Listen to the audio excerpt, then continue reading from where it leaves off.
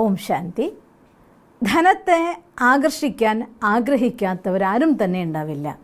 പൈസ എനിക്ക് വേണ്ടതില്ല എന്ന് പറയുന്ന ആരും ഉണ്ടാവില്ല എന്ന് ഞാൻ പറയില്ല. ആരെങ്കിലുമൊക്കെ ഉണ്ടാവുമായിരിക്കും. എന്നാലും അവനവൻ ആഹാരം കഴിക്കണമെങ്കിലോ നമ്മുടെ നിത്യവൃത്തിയുള്ള കാര്യങ്ങൾ ചെയ്യണമെങ്കിലോ താമസിക്കണമെങ്കിലോ എന്തായാലും പൈസ അനിവാര്യമായിട്ടൊരു ഘടകമാണ്. പൈസ ജീവിതത്തിൻ്റെ എല്ലാമാണോ എന്ന് ചോദിച്ചാൽ ഒരിക്കലും അല്ല എന്നുള്ള കാര്യം സത്യമാണ്. സദാകാലത്തേക്ക് പൈസ നമ്മൾക്ക് കൊണ്ടുപോകാൻ പറ്റുമോ? അതും സാധ്യമല്ല. നമ്മുടെ കർമ്മങ്ങളുടെ പുണ്യം, നമ്മൾ ചെയ്തതായിരിക്കുന്ന പുണ്യകർമ്മങ്ങളുടെ പാപകർമ്മങ്ങളുടെ ഫലം, അത് ഒരു ജന്മത്തിൽ നിന്ന് മറ്റൊരു ജന്മത്തിലേക്ക് നമ്മളെ കൂടെ കൊണ്ടുപോകാൻ സാധിക്കുന്നത് അതേ ഉള്ളൂ. അതിൽ യാതൊരു സംശയവും ഇല്ല. പക്ഷേ ഈ പുണ്യകർമ്മങ്ങൾ ചെയ്യണമെന്നുണ്ടെങ്കിലും പൈസ ആവശ്യമാണല്ലോ. ഒരാളെ സഹായിക്കാൻ വേണമെങ്കിലും പൈസ വേണമല്ലോ. നമുക്ക് മറ്റൊരാൾക്ക് എന്തെങ്കിലും പറഞ്ഞു കൊടുക്കണമെങ്കിൽ, ഉദാഹരണം ഇപ്പം ഞാൻ ഈ വീഡിയോ നിങ്ങൾക്ക് എത്തിക്കണം എന്നുണ്ടെങ്കിൽ ഒരു ക്യാമറ അത്യാവശ്യമാണ്, എഡിറ്റ് ചെയ്യാനുള്ളതായിട്ടുള്ള കമ്പ്യൂട്ടർ അത്യാവശ്യമാണ്, ഇതൊക്കെ ചെയ്യാൻ വേണ്ടതായിട്ടുള്ള ടീം അത്യാവശ്യമാണ്. ബേസിക് ആയിരിക്കുന്ന ഒരുപാട് കാര്യങ്ങൾക്ക് ധനമില്ലാതെ നടക്കില്ല. അതുകൊണ്ട് ധനം ഒരു അനാവശ്യമായിരിക്കുന്ന ഘടകമല്ല. ധനം നമുക്ക് സുഖം തരാനുള്ളതാണ്. ധനം മായയല്ല. പക്ഷേ ധനം മാത്രമാണ് സർവസ്വം എന്ന് വിചാരിച്ചാൽ അതാണ് ലോകത്തിലെ ഏറ്റവും വലിയ മായ. പക്ഷേ ധനത്തിനോടുള്ളതായിരിക്കണം മനസ്സിൻ്റെ ആറ്റിറ്റ്യൂഡ് മാറ്റാതെ, മനോഭാവം മാറ്റാതെ പൈസ വരില്ല. പലപ്പോഴും നമ്മൾ അങ്ങനെ സിസ്റ്റർ പറഞ്ഞു തന്ന പല ക്ലാസ് കേട്ടിട്ടുണ്ടായിരിക്കും, പല രീതികളതായിട്ട് ടെക്നിക്സ് ചെയ്തിട്ടുണ്ടായിരിക്കും. എന്നിട്ടും ധനം നമ്മളിലേക്ക് ഒഴുകി വരുന്നതിന് ഇനിയും അതിങ്ങോട്ട് എത്തിയിട്ടില്ല. പലപ്പോഴും നമ്മൾ കാണുന്നുണ്ടാവും വിഷ്വലൈസേഷൻ, മണി അച്ചടിക്കുന്നുണ്ട്, നമ്മളിലേക്ക് ഒഴുകി വരുന്നുണ്ട്, മഴ പോലെ പെയ്യുന്നുണ്ട്, എന്നിട്ടും അതിനെ കളക്ട് ചെയ്യാൻ നമുക്ക് പറ്റുന്നില്ല.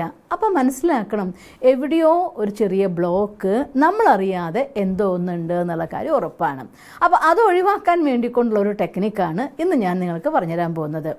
നമുക്ക് മുന്നൊരു വീഡിയോ ഞാൻ ചെയ്തതായിട്ട് ഓർക്കുന്നുണ്ട്. നമ്മൾ ഓറ ക്ലീൻ ചെയ്യാൻ വേണ്ടിക്കൊണ്ട് എന്തെങ്കിലുമൊക്കെ ഒരു കാര്യങ്ങൾ പുറത്തു പോയി വന്നു, പെട്ടെന്ന് അങ്ങനെ നമ്മൾ കാര്യങ്ങളൊന്നും ചെയ്തിട്ടോ ഒരുപാട് ജോലി ചെയ്തിട്ട് ക്ഷീണിച്ച് കയറി വരേണ്ട ഒരവസ്ഥയില്ല.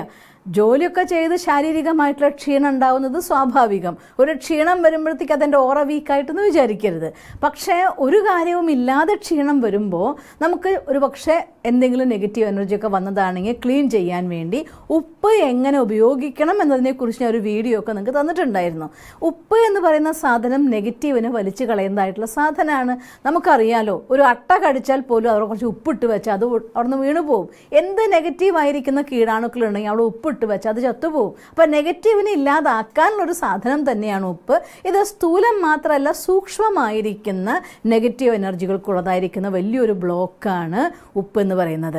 ഇത് പറയുമ്പോൾ ഞാൻ കഴിഞ്ഞ ദിവസം ഒരു നെഗറ്റീവ് എനർജി ഇല്ലാതാക്കുന്ന വീഡിയോ ഇട്ട സമയത്ത് അതിൽ കമൻറ്റിൽ ഒരാൾ ചോദിച്ചിട്ടുണ്ടായിരുന്നു, ഉപ്പ് നെഗറ്റീവ് എനർജി വരാതിരിക്കാൻ വേണ്ടിക്കൊണ്ട് ഉപ്പ് എവിടെയാണ് വെക്കേണ്ടത് എന്ന്.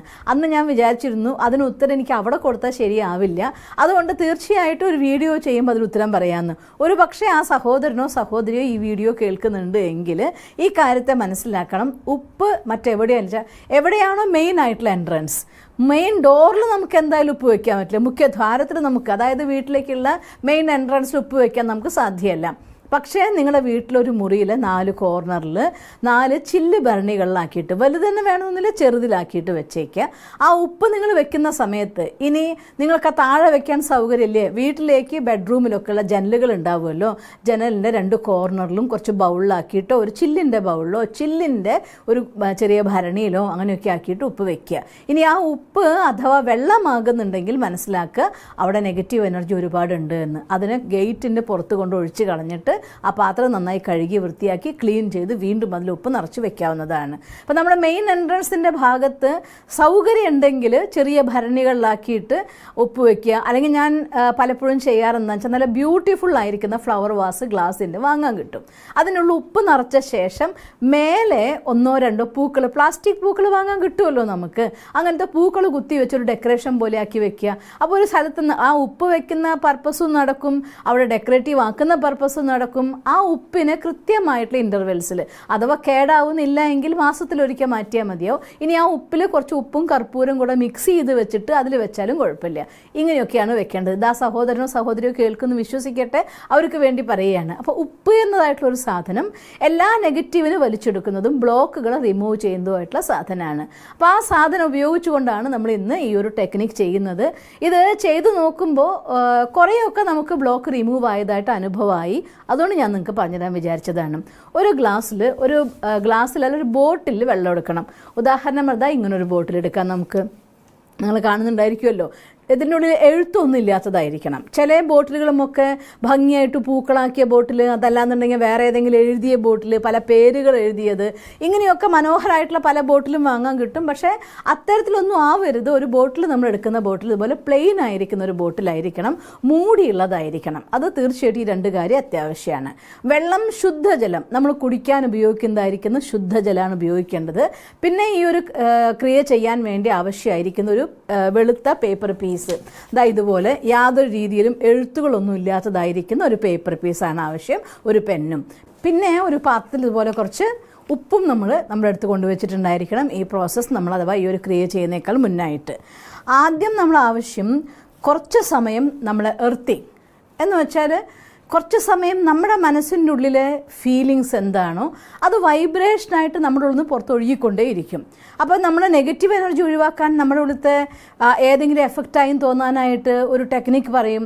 രണ്ട് കൈയിലും നമ്മൾ കല്ലുപ്പ് പിടിച്ചിരുന്നിട്ട് ഒരു 5 മിനിറ്റ് സമയം ഉപ്പിന് ഇൻറ്റൻഷൻ കൊടുക്കുക. മീൻസ് എൻ്റെ ഈ ബോഡിയിൽ എന്തെങ്കിലും നെഗറ്റീവ് എനർജികൾ ഉണ്ടെങ്കിൽ അത് വലിച്ചെടുക്കാൻ പറഞ്ഞിട്ട് രണ്ട് കയ്യിലും കുറച്ച് കല്ലുപ്പ് പിടിച്ചിരുന്നിട്ട് ഒരു 5 മിനിറ്റ് സമയം നമ്മൾ ഭഗവാനെ ഓർമ്മിച്ച് ഈശ്വരൻ്റെ കിരണങ്ങൾ വരുന്നു, നമ്മൾ ക്ലീൻ ആവുന്നു എന്ന് സങ്കല്പിച്ചിരുന്നു കൊണ്ട് എല്ലാം ഇതിലേക്ക് വന്നു എന്ന് സങ്കല്പിച്ച് അത് കൊണ്ടുപോയിട്ട് ഫ്ലഷ് ചെയ്ത് കളഞ്ഞാൽ പോലും, അല്ലെങ്കിൽ വാഷ് ബേസിനിട്ട് ഒഴുക്കി കളഞ്ഞാൽ പോലും നെഗറ്റീവ് എനർജി അട്രാക്ട് ചെയ്ത് പോകും. അപ്പോൾ ഒരു കാര്യം ഉറപ്പാണ്, നമ്മുടെ ഉള്ളിലായിരിക്കുന്ന വൈബ്രേഷൻ നമ്മുടെ ചുറ്റും വന്നുകൊണ്ടേ ഇരിക്കുന്നുണ്ട്. അപ്പോൾ ആദ്യം നമ്മുടെ മനസ്സിനുള്ളിൽ നിന്ന് നമുക്ക് അനുഭവിക്കുന്ന വിഷമങ്ങൾ, സങ്കടങ്ങൾ, പൈസ ഇല്ലാത്ത സങ്കടം, അഥവാ ആരെങ്കിലും ചീത്ത കേട്ടിട്ടുണ്ടെങ്കിൽ അതിൻ്റെ സങ്കടം, ആരെങ്കിലും ഭീഷണിപ്പെടുത്തിയിട്ടുണ്ടെങ്കിൽ അതിൻ്റെ സങ്കടം, അങ്ങനെ ധനം കയ്യിലില്ലാതെ വരുമ്പോൾ അനുഭവിക്കുന്ന സംഘർഷങ്ങൾ, കേൾക്കേണ്ടി വരുന്ന അവസ്ഥകൾ ഒരുപാടാണല്ലോ. അപ്പോൾ ഇതൊക്കെ നമ്മുടെ ഉള്ളിൽ ഭാരം ഇരുന്നു കൊണ്ട് നമ്മളൊരു കാര്യത്തിന് വേണ്ടി പുറപ്പെടുന്ന സമയത്ത് ഈ എനർജിയൊക്കെ അതിലേക്ക് അട്രാക്റ്റ് ചെയ്യുമല്ലോ. അതൊന്നും ഇല്ലാതെ ഫ്രീ ആക്കാൻ നമുക്കൊരു പോസിറ്റീവ് എനർജി നമ്മളിലേക്ക് ആദ്യം വലിക്കണമെങ്കിൽ നമുക്ക് നമ്മളുടെ എല്ലാ ഊർജ്ജത്തിനെയും പുറത്തേക്ക് കളയുക, നെഗറ്റീവിനെയൊക്കെ പുറത്തേക്ക് കളയുക. അതിനെയാണ് ഞാൻ എർത്തിങ് എന്ന ഒരു പേര് കൊടുത്തത്. ഈ ഭൂമിയുടെ ഉള്ളിലുള്ളതായിരിക്കുന്ന തത്വങ്ങൾ ഇതിനെയൊക്കെ ശുദ്ധീകരിക്കാൻ ശക്തമായത്, അഥവാ ഈശ്വരനുമായിട്ട് കണക്റ്റഡ് ആക്കുമ്പോൾ ഇതെല്ലാം എർത്തായി പോയിക്കോളും. അതുകൊണ്ട് ആ ഒരു ടെക്നിക്ക് നമുക്ക് ചെയ്യാം. കുറച്ച് സമയം ആദ്യം നമ്മൾ മിനിമം 3 മിനിറ്റ്സ് കേട്ടോ, മിനിമം 3 മിനിറ്റ് സമയം നിങ്ങൾ ഈശ്വരൻ്റെ കിരണങ്ങൾ നമ്മളിലേക്ക് വരുന്നു.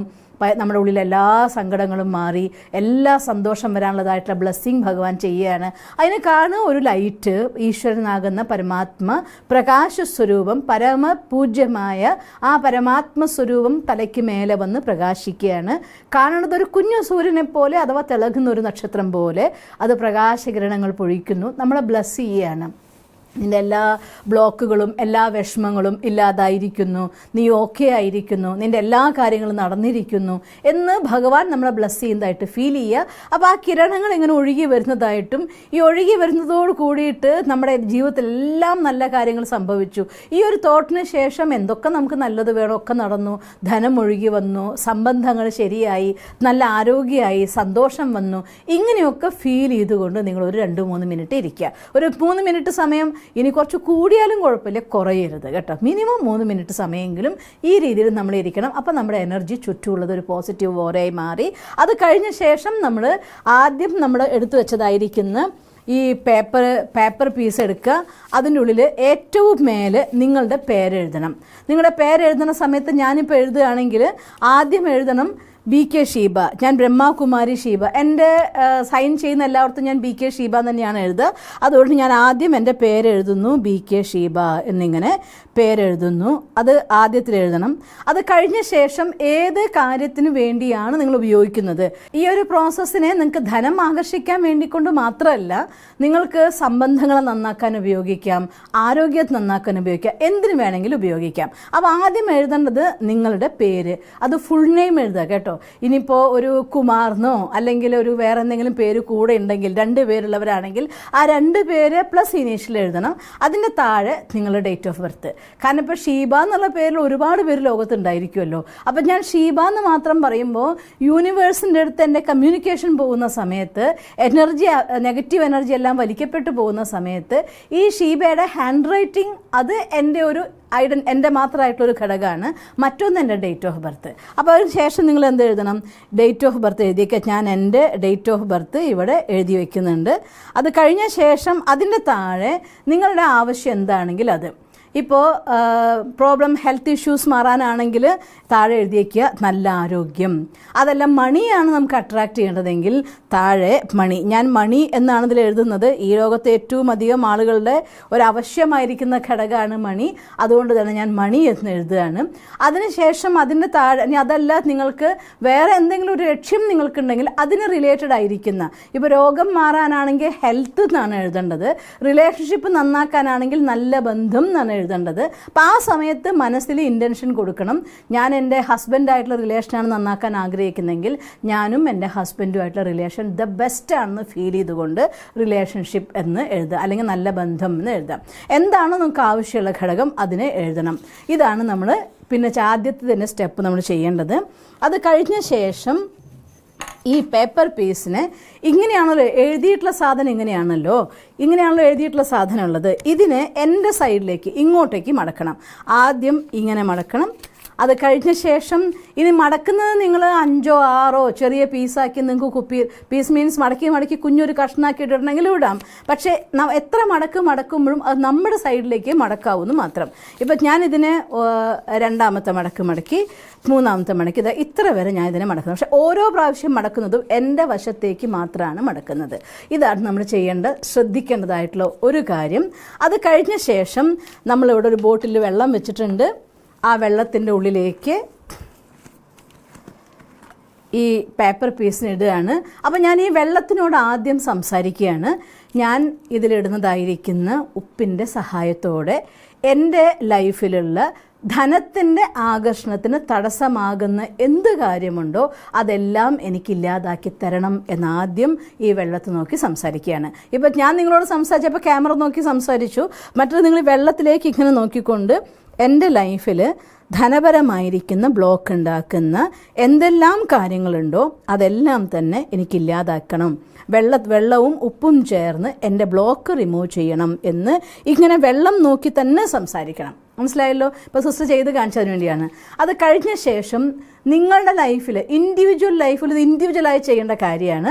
അതുകൊണ്ട് ഇത് ഞാൻ എന്നെ ഈ വെള്ളത്തിൽ ഉപ്പിൽ സങ്കല്പിക്കുകയാണ്. ഞാൻ സ്വയം എന്നെ ഉപ്പിൽ മുക്കിക്കൊണ്ട് എൻ്റെ ബ്ലോക്ക് റിമൂവ് ചെയ്യുകയാണ്. ഒരു പക്ഷേ പൈസ ഒഴുകി വരാത്തത് പല കാരണങ്ങൾ കൊണ്ടായിരിക്കാം. പക്ഷേ എന്നിലേക്ക് എത്തുന്നില്ല എങ്കിൽ എൻ്റെ ബ്ലോക്കൊക്കെ റിമൂവ് ആകുമ്പോൾ ഓട്ടോമാറ്റിക്കലി എന്നിലേക്ക് ഒഴുകി വന്നല്ലേ പറ്റുള്ളൂ. അപ്പോൾ ബാക്കി തടസ്സം അതിജീവിച്ചു വരും. അതുകൊണ്ട് അങ്ങനെ സങ്കല്പിച്ചുകൊണ്ട് 2ാമത് ഈ പേപ്പർ പീസ് ഈ വെള്ളത്തിനുള്ളിലേക്ക് ഇട്ടു. അത് കഴിഞ്ഞ ശേഷം ഉപ്പ്, നമ്മൾ വെച്ചതായിരിക്കുന്ന ഉപ്പുണ്ടല്ലോ, അതിൽ നിന്ന് ഒരു 3 or 5 സ്പൂണ്, ഞാനിതിൽ 5 സ്പൂൺ ഇടാനാണ് വിചാരിക്കുന്നത്.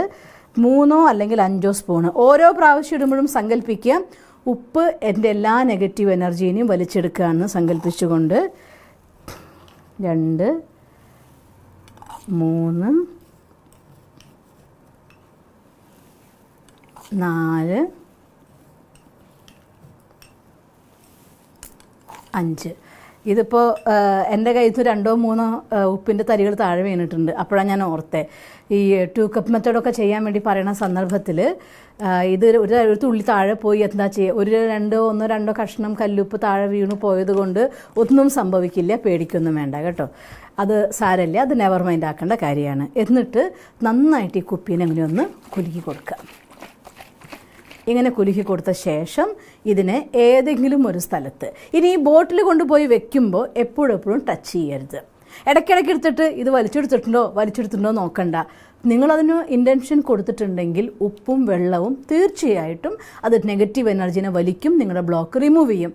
അപ്പോൾ അടുത്ത ചോദ്യം വരിക, ഇത് ഞാൻ ഈ വെള്ളം ഇങ്ങനെ വെച്ച് പിറ്റേ ദിവസം രാവിലെ മാജിക് സംഭവിക്കുമോ? ഇല്ല കേട്ടോ. അത് ഓപ്പണായി പറയുകയാണ്. ഒരാഴ്ച സമയമാകുമ്പോഴത്തേക്കും തീർച്ചയായിട്ടും ബ്ലോക്ക് റിമൂവ് ആവുന്ന കാര്യങ്ങൾ നമ്മുടെ അടുത്തേക്ക് ഒഴുകി വരാൻ തുടങ്ങും. ബ്ലോക്കുകൾ റിമൂവ് ആവും. ചിലർക്കൊക്കെ ഇത് ചെയ്ത് കഴിഞ്ഞിട്ട് പെട്ടെന്ന് തന്നെ റിസൾട്ട് കിട്ടിയ ആൾക്കാരുണ്ട്. ചിലരെ സംബന്ധിച്ചിടത്തോളം ഒരാഴ്ച കഴിഞ്ഞിട്ട് ചിലപ്പോൾ 10 ദിവസം കഴിയുമ്പോഴേക്കൊക്കെ റിസൾട്ട് ഉണ്ടാവും. മാക്സിമം 10 ദിവസം ഇത് വെച്ചാൽ മതിയാവും. പക്ഷേ വെക്കുന്നത് ഏതെങ്കിലും ഒരു സ്ഥലത്ത് എപ്പോഴും നമ്മൾ പോയി ടച്ച് ചെയ്യരുത്, അതിനെ മാറ്റി മാറ്റി വെക്കരുത്. അങ്ങനെ ഒരു സ്ഥലത്ത് സുരക്ഷിതമായിട്ട് ഇതിനെ വെച്ചേക്കണം. അത് ഇരുട്ടുമുറി വെക്കണം എന്നൊന്നുമില്ല, എവിടെ വെക്കാലും കുഴപ്പമില്ല, തൊടാതിരിക്കത്തക്ക രീതിയിൽ. അതിപ്പോൾ നമ്മുടെ വീട്ടിലൊരു ഷോക്കേസ് ഉണ്ട്, അതിൻ്റെ മുകളിൽ സേഫായി എടുത്ത് വെക്കാൻ പറ്റുമെങ്കിൽ ഓക്കെ, അവിടെ വെച്ചാലും മതി. അല്ലെങ്കിൽ നിങ്ങളുടെ റൂമിൽ വേറെ ഏതെങ്കിലും ഒരു കോർണറിൽ, പക്ഷേ ഓപ്പൺ എയറിലായിരിക്കണം, അല്ലാതെ അടച്ചു പൂട്ടി വെക്കരുത്. ആ കാര്യം വളരെ ശ്രദ്ധിക്കേണ്ട കാര്യമാണ്. അതായത് പ്രകൃതിയുമായിട്ടുള്ള ബന്ധം ഇതിന് നിരന്തരമായിട്ട് ഉണ്ടായിരിക്കണം, ആ രീതിയിലായിരിക്കണം. ഓപ്പൺ എയർ മീൻസ് വീടിൻ്റെ ഉള്ളിൽ എവിടെയെങ്കിലും വെക്കാം, പുറത്തുള്ള നേച്ചർ വേണ്ട. പക്ഷേ വീട്ടിൽ തന്നെ നമുക്ക് അടച്ചു പൂട്ടി ഒരു ബോക്സിലാക്കി വെക്കുക, അല്ലെങ്കിൽ ഏതെങ്കിലും സ്ഥലത്ത് വെക്കുക, ആരും തൊടാതിരിക്കുക, അലമാരിൽ വെക്കുക, അങ്ങനെയൊന്നും ചെയ്യരുതെന്ന് മാത്രം. ഇങ്ങനെ വെച്ച ശേഷം പിന്നെ 7 ദിവസം കഴിയുമ്പോൾ അല്ലെങ്കിൽ 10 ദിവസം കഴിയുമ്പോൾ ഒരു പരിധി വരെയൊക്കെ ഒരാഴ്ച കഴിയുമ്പോഴത്തേക്കും തന്നെ നിങ്ങൾക്ക് അതിൻ്റെ റിസൾട്ട്സൊക്കെ കാണാൻ തുടങ്ങും. ഒരാഴ്ച കഴിയുമ്പോഴത്തേക്ക് അല്ലെങ്കിൽ മാക്സിമം ഒരു 10 ദിവസം വരെ വെക്കുക. 7ാമത്തെ ദിവസം നിങ്ങൾ എവിടേക്കും പോയിരിക്കുകയാണ്, തിരക്കാണ്, ചെയ്യാൻ പറ്റിയില്ല, ഡോണ്ട് വറി. 10ാമത്തെ ദിവസം ആകുമ്പോഴേക്കും എന്തായാലും ഇതിനെ എടുത്തിട്ട് ഈ വെള്ളത്തിന് എടുത്തു കഴിഞ്ഞ ശേഷം ഇതിലിട്ടുള്ളതായിട്ടുള്ള പേപ്പർ പീസ് ഉണ്ടല്ലോ, 10 ദിവസമൊക്കെ ഇതിനുള്ളിൽ കിടക്കുമ്പോഴത്തേക്കും ഇത് ഓൾമോസ്റ്റ് ഒരു അലിയുന്ന അവസ്ഥയായിട്ടുണ്ടാവും. ഏതെങ്കിലും ഒരു കൊടിയിലോ സാധനം ഉപയോഗിച്ചുകൊണ്ട് ഈ പേപ്പർ പീസിന് ഒരു തുള്ളി വെള്ളം പോലും, ഇവിടെ നമ്മൾ ശ്രദ്ധിക്കേണ്ട കാര്യമുണ്ട്, ഒരു തുള്ളി വെള്ളം പോലും നമ്മുടെ മേലാവാതെ എന്തെങ്കിലും ഒരു സാധനം കൊണ്ട് ഈ പേപ്പറിനടുത്ത് ഒരു പ്ലേറ്റിലോ ഒരു തട്ടിലോ എടുത്ത് വെച്ചേക്കാം. എന്നിട്ട് ഈ വെള്ളത്തിന് ഒരു തുള്ളി താഴെ പോകാനും പാടില്ല, അതല്ലെങ്കിൽ നിങ്ങളുടെ മേലാവാതിരിക്കാൻ ശ്രദ്ധിക്കുക. എന്തുകൊണ്ടാണെന്ന് അറിയോ? ഒരു ആഴ്ച വെച്ച് നമ്മുടെ എല്ലാ നെഗറ്റീവ് എനർജിയും ബ്ലോക്കും ഒക്കെ ഇതിനുള്ള അലിയിച്ച് വെച്ചിരിക്കുകയാണ്. ആ സാധനം വീണ്ടും നമ്മളായിട്ട് ടച്ച് ചെയ്ത് നമ്മളിലേക്ക് ആകർഷിക്കണ്ടല്ലോ. അതുകൊണ്ട് അതിനെ ക്ലോസറ്റിൽ ഒഴിക്കുക, ഫ്ലഷ് ചെയ്യാം. എന്നിട്ട് ആ കുപ്പിയിൽ കുറച്ച് വെള്ളം കൂടി എടുക്കുക, മൂടി അടയ്ക്കുക, ഒന്നും കൂടെ കുലുക്കി കഴുകുക, ക്ലോസറ്റിൽ ഒഴിക്കുക, ഫ്ലഷ് ചെയ്യുക. ഇത്രയും കാര്യം നിങ്ങൾ ചെയ്യുക. ആ പേപ്പർ പീസിനെ കൊണ്ടുപോയിട്ട് വീട്ടിൽ ഏതെങ്കിലും ഒരു സ്ഥലത്ത്, ചെടിച്ചട്ടിയിലാവാം, അതല്ലെങ്കിൽ മണ്ണുള്ള ഓപ്പൺ ആയിട്ടുള്ള സ്ഥലങ്ങൾ, ചില വീടുകളൊക്കെ കോൺക്രീറ്റ് ചെയ്ത സ്ഥലമാണ്, ടൈൽ ചെയ്തതാണ്, മണ്ണ് കുഴിക്കാനില്ല, സാരി ഒരു ചെടിച്ചട്ടിയിൽ കുഴിച്ചിട്ടാലും കുഴപ്പമില്ല.